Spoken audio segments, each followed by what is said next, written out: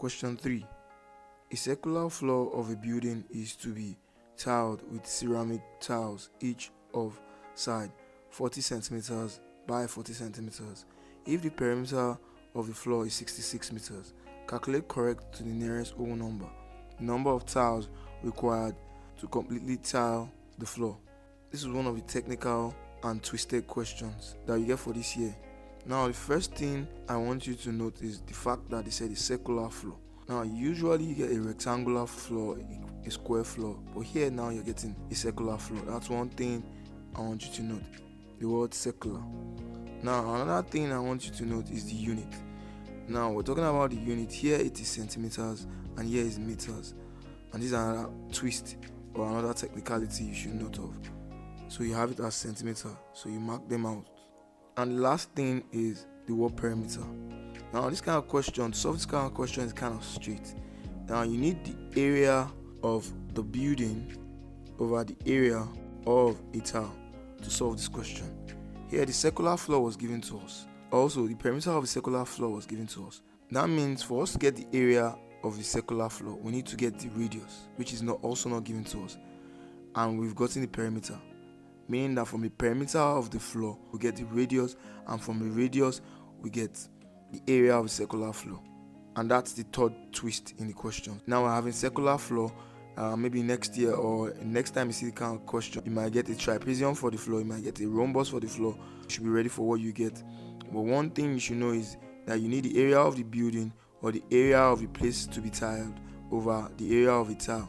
Now we've been given the perimeter, we need to find the area of the tile, the area of the floor. Then you divide the area of the floor of the building by the area of the tile. First, we have to convert this. We can choose to convert the perimeter of the circular floor to centimeters, so they will be in the same unit. We can also choose to convert the length of the ceramic tiles to meters, but it's better you convert the length of the ceramic tiles to meters so we can work in smaller digits. Since our ceramic tile is a square, since it's 40 by 40, we take one of the lengths, so we take 40 centimeters and we'll convert it into meters. We know 100 centimeters make 1 meter. We'll make sure the 40 centimeters is under the 100 centimeters, and as we're looking for the meters, so the meters we're looking for will be under the 1 meter. So we have it as 40 centimeters equals x meters. We cross multiply and solve. So we have x times 100 and 40 times 1. So we have 100 times x equals 40 times 1. We'll say 100 times x equals 40. We divide both sides by 100.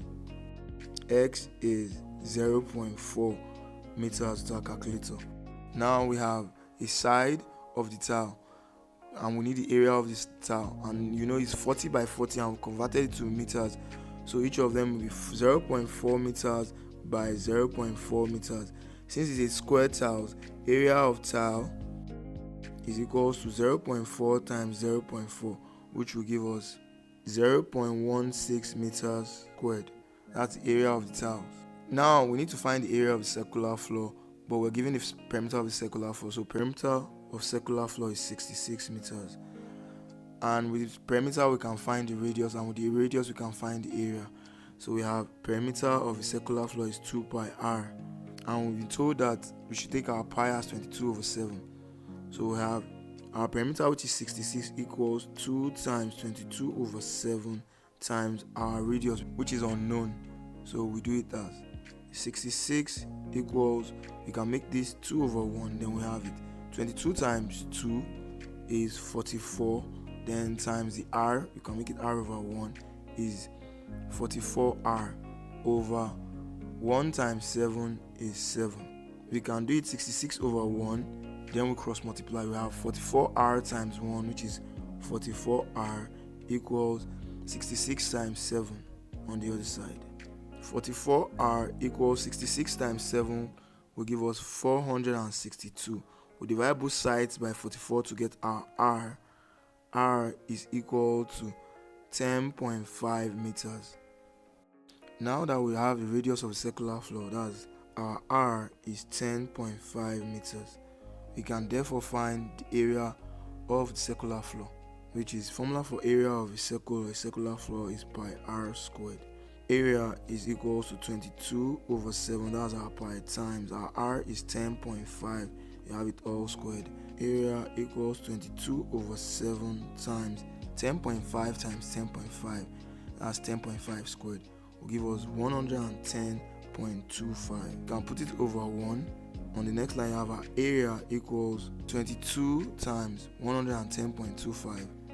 That will give us 2,425.5 with our calculator, divided by 7, because we have 7 times 1 is 7. Our area equals 2,425.25 divided by 7 will give us 346.5 meters squared. That's for our area. We know the area of our square tile is 0.16 meters squared, and the area of our circular floor is 346.5 meters squared. So we know both of them are in meters squared. Then the number of tiles required to tile the whole floor will be equals area of circular floor over area of a tile, which is 346.5 over 0.16. We divide 346.5 by 0.16, it gives you 2,165.625. Since we have to approximate to the nearest whole number, since we need the exact amount of tiles, this is approximately 2,160. You approximate this 6, you take away this 6 to approximate to nearest whole number.